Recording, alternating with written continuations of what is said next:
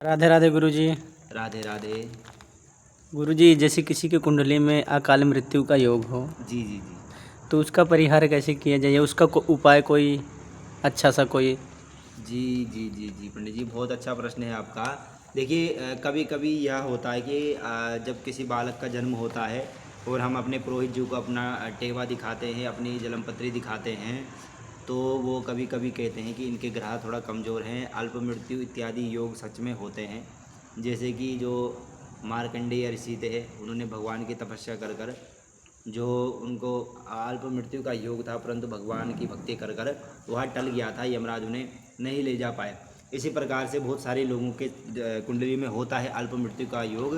तो उसके देखिए वैसे शास्त्रों में कई परिहार हैं उसको कई रूप से उसको ठीक करा जा सकता है, कोई अनुष्ठान इत्यादि करके। दूसरा यह है पंडित जी कि एक बहुत सरल उपाय है, शास्त्र सम्मत उपाय है, पुराणों के अंतर्गत आता है। इस समय पुराण का नाम तो मेरी स्मृति में नहीं है, परंतु श्लोक स्मृति में आ रहा है।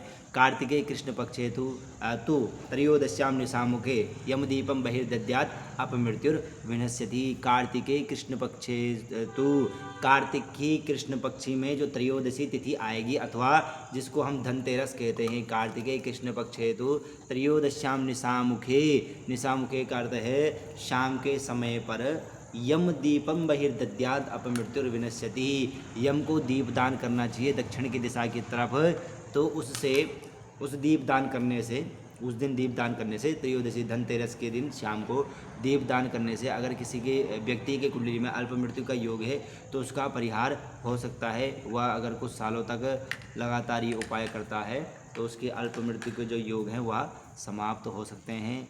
अथवा दूसरा यह है कि भगवान का जो चरणामृत हो, भगवान का चरणामृत नित्य ग्रहण करें, क्योंकि जब हम चरणामृत देते हैं तो उसका मंत्र है कि अकाल मृत्यु हरणम।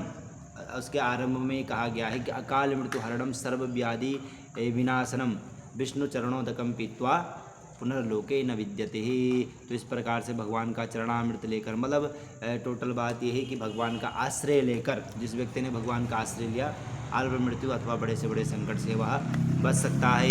जय जय श्री राधे, जय श्री कृष्ण। राधे राधे गुरुजी। राधे राधे।